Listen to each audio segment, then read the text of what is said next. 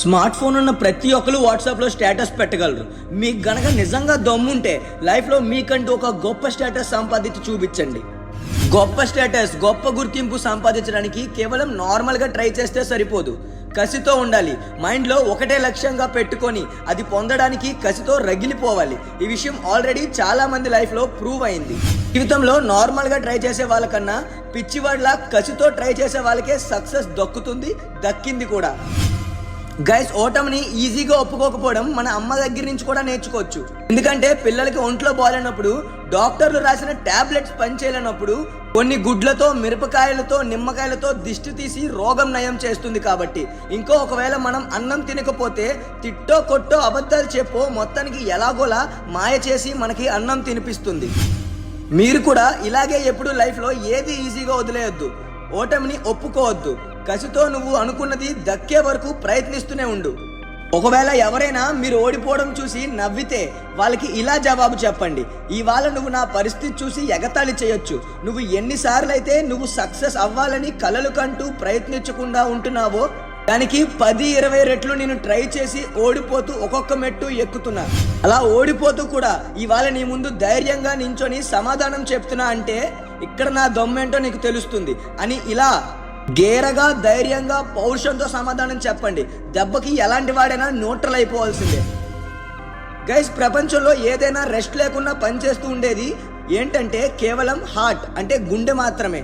అందుకే ఎప్పుడు ఆ గుండెని సంతోషంగా, పీస్ఫుల్గా ఉంచడానికి ప్రయత్నించండి. కేవలం మీ గుండె మాత్రమే కాదు, మీతో ఉంటున్న వాళ్ళది, మీ తోటి మనుషుల గుండె కూడా మనశ్శాంతిగా ఉంచడానికి, హ్యాపీగా ఉంచడానికి ప్రయత్నించండి. ఎందుకంటే మీ వల్ల వాళ్ళ మనసు బాధపడకూడదు. ఒక మంచి ఇంట్రెస్టింగ్ విషయం చెప్పనా? జీవితంలో తట్టుకోలేని బాధ, హార్ట్ బ్రేక్ ఎప్పుడవుతుందో తెలుసా? ప్రేమలో ఓడిపోయినప్పుడు కాదు, మనుషుల మీద ఉన్న నమ్మకం ముక్కలైనప్పుడు కలుగుతుంది. భరించలేనంత బాధ, దుఃఖం కలిగిస్తుంది. అందుకోసమే చెప్తున్నా, దయచేసి ఎవరినైనా నమ్మేటప్పుడు కొంచెం ఎక్కువగా జాగ్రత్త పడాలి. ఎందుకంటే మన టైం సరిగ్గా లేనప్పుడు అట్టిపండు తిన్నా సరే పళ్ళు ఇరిగిపోతాయి.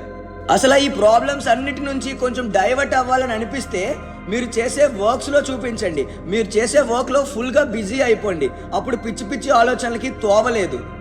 ఏ మనిషి అయితే పని పాట లేనట్టు ఖాళీగా ఉంటాడో అలాంటి వాడికి నార్మల్ ప్రాబ్లమ్స్ని కూడా భూతద్దంలో చూస్తూ, బాధపడుతూ, ఏడుస్తూ ఉంటాడు.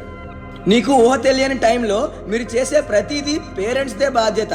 కానీ ఒకసారి వయసులోకి వచ్చి నీకంటూ ఊహ తెలిసాక ఫ్యూచర్ ఎలా ఉంటుందో, ఎలా ఉంచుకుంటావో అనేది నీదే రెస్పాన్సిబిలిటీ. నీ లైఫ్కి డ్రైవర్ నువ్వే. విషయాన్ని ఎంత త్వరగా అర్థం చేసుకుంటావో అంతే త్వరగా నీ లైఫ్ మంచిగా మారడం స్టార్ట్ అవుతుంది. ఇప్పుడు నేను చెప్పబోయే చిన్న జీవిత సూత్రం ఏంటో తెలుసా? కరెక్ట్గా నీకు 20 ఏళ్ళ వయసు వచ్చేసరికి చదువు పూర్తి చేసి మంచి జాబ్, మంచి లైఫ్ కావాలని కోరుకుంటావు.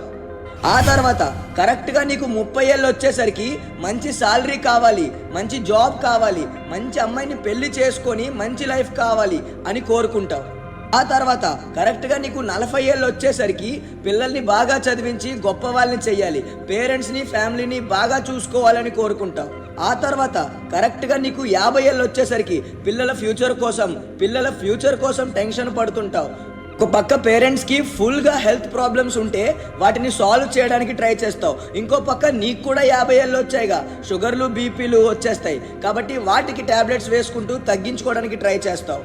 సో దీన్ని బట్టి చూస్తే మన వయసు 30 రాకముందు మనం సక్సెస్ అవ్వాలి. లేకపోతే లైఫ్ ఎంత బ్యాడ్గా ఉంటుందో మీ చుట్టుపక్కల ప్రాబ్లమ్స్ ఫేస్ చేసే వాళ్ళని చూస్తేనే అర్థమవుతుంది. గైస్, ఈ వీడియోలో నేను కేవలం నా చుట్టుపక్కన ఉన్న వాళ్ళ ప్రాబ్లమ్స్ ఫేస్ చేసే ఇన్సిడెంట్స్ బేస్ చేసుకుని మాత్రమే డిస్కస్ చేశాను. మీకు అర్థమైందని నా నమ్మకం. మీరు ఈ వీడియో ఫుల్గా చూసి వీడియో ఎలా అనిపించిందో కమెంట్ చేసి చెప్పండి. అలాగే లైక్, షేర్, సబ్స్క్రైబ్ చేయడం మాత్రం మర్చిపోవద్దు. నేను మళ్ళీ ఇలాంటి ఇంకో మంచి వీడియోలో కలుస్తాను. Thank you. జై హింద్.